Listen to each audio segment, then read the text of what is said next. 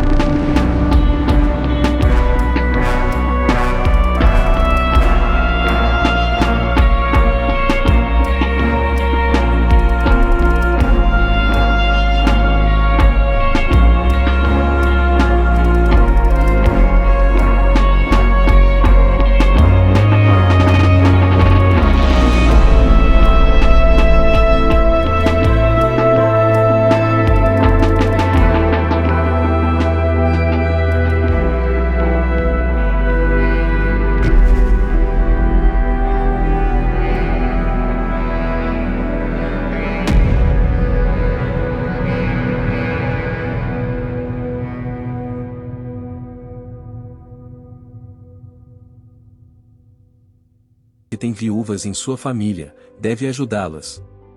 Não seja a igreja sobrecarregada com elas, a fim de que as viúvas realmente necessitadas sejam auxiliadas. Os presbíteros que lideram bem a igreja são dignos de dupla honra, especialmente aqueles cujo trabalho é a pregação e o ensino. Pois a Escritura diz: "E não amordace o boi enquanto está debulhando o cereal, e o trabalhador merece o seu salário." Não aceite acusação contra um presbítero, se não for apoiada por 2 ou 3 testemunhas. Os que pecarem deverão ser repreendidos em público, para que os demais também temam. Eu o exorto solenemente, diante de Deus, de Cristo Jesus e dos anjos eleitos, a que procure observar essas instruções sem parcialidade, e não faça nada por favoritismo. Não se precipite em impor as mãos sobre ninguém e não participe dos pecados dos outros. Conserve-se puro. Não continue a beber somente água, tome também um pouco de vinho, por causa do seu estômago e das suas frequentes enfermidades.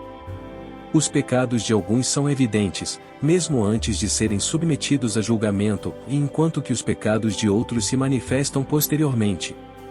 Da mesma forma, as boas obras são evidentes, e as que não o são não podem permanecer ocultas. Capítulo 6. Todos os que estão sob o jugo da escravidão devem considerar seus senhores como dignos de todo o respeito, para que o nome de Deus e o nosso ensino não sejam blasfemados. Os que têm senhores crentes não devem ter por eles menos respeito, pelo fato de serem irmãos, pelo contrário, devem servi-los ainda melhor, porque os que se beneficiam do seu serviço são fiéis e amados. Ensine e recomende essas coisas.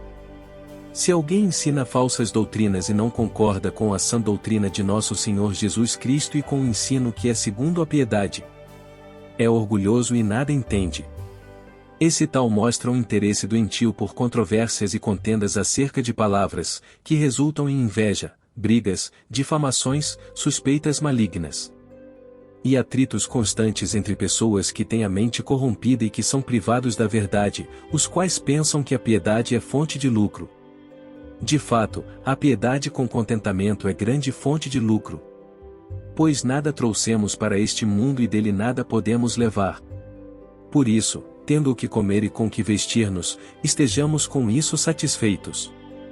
Os que querem ficar ricos caem em tentação, em armadilhas e em muitos desejos descontrolados e nocivos, que levam os homens a mergulharem na ruína e na destruição. Pois o amor ao dinheiro é raiz de todos os males. Algumas pessoas, por cobiçarem o dinheiro, desviaram-se da fé e se atormentaram a si mesmas com muitos sofrimentos. Você, porém, homem de Deus, fuja de tudo isso e busque a justiça, a piedade, a fé, o amor, a perseverança e a mansidão. Combata o bom combate da fé. Tome posse da vida eterna, para a qual você foi chamado e fez a boa confissão na presença de muitas testemunhas. Diante de Deus, que a tudo dá vida, e de Cristo Jesus, que diante de Pôncio Pilatos fez a boa confissão, eu lhe recomendo.